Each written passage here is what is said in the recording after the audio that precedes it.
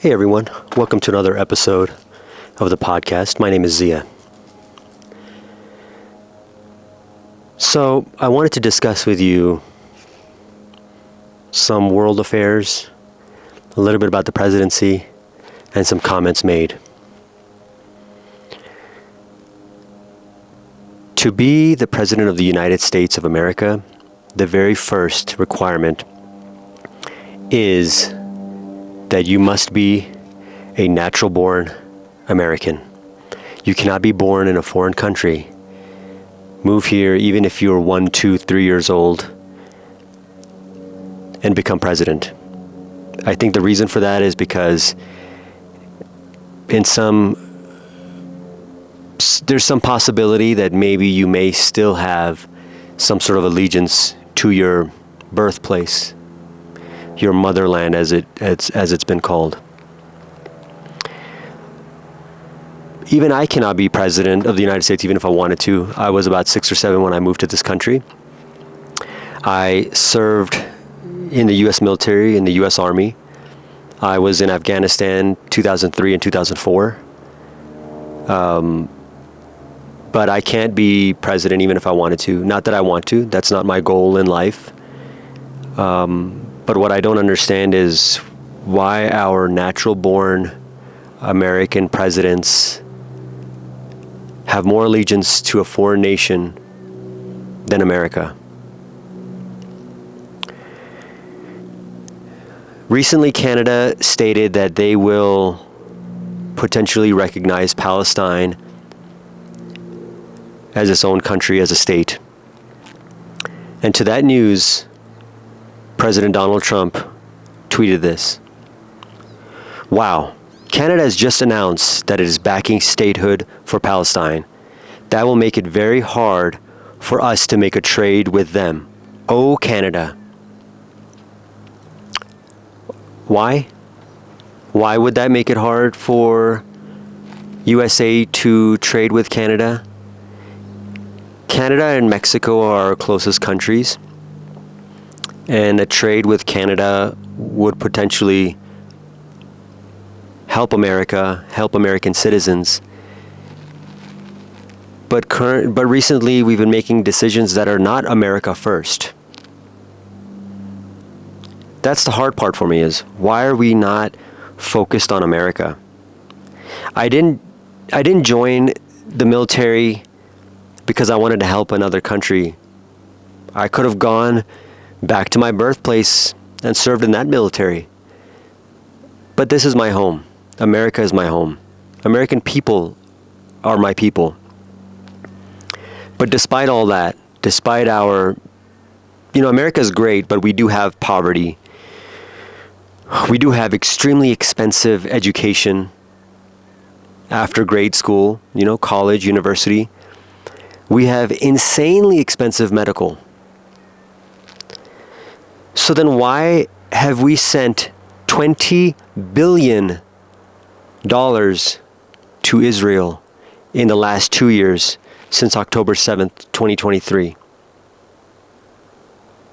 Why have we promised and have been sending close to $4 billion to Israel every year since 2019? Why is our allegiance with a foreign nation? It's not a colony. It's not a territory. Israel is its own country. They don't care what we do. They don't listen to us. They do as they want. So why are we sending that much money? $20 billion in 2 years. Israelis have free medical. They've got subsidized schooling, college. They've got better benefits than we do here. And those benefits are sponsored by American taxpayer dollars. I think Texas gives over $1 billion a year to Israel. There's a city in Texas, San Marcos, that was labeled as anti-Semitic because they didn't want to send $40 million of their hard-earned taxpayer dollars to Israel. They had said that they would rather put that money into the public school system rather than sending it to help Israel live for free. Free healthcare, free housing, free education, free security. I think that we need to focus and speak up so that our politicians can hear that we want America first. I don't want our tax dollars to go to my birthplace. And I don't want my tax dollars to go to Netanyahu's birthplace. This is money that's earned and spent in America, and those taxes should be spent in America. The reason America left, the reason we had the Independence War, the reason we fought England was because our tax dollars were leaving our country. They were not being used here. They were being used in England. Is that not what's happening now? Our tax dollars going to a foreign nation? Is this not why we became the United States of America? We didn't want to be a colony. We didn't want our hard-earned money going somewhere else. It should benefit us. The tide is shifting, and lawmakers are seeing that the people don't want their money going elsewhere. I don't want to pay for somebody's education on the other side of the world against my will. We should maybe get a vote on it. That do we want all of our money going somewhere else? Do we want all of our bombs going somewhere else, our rockets? What about American defense? Why are we building rockets and sending them over?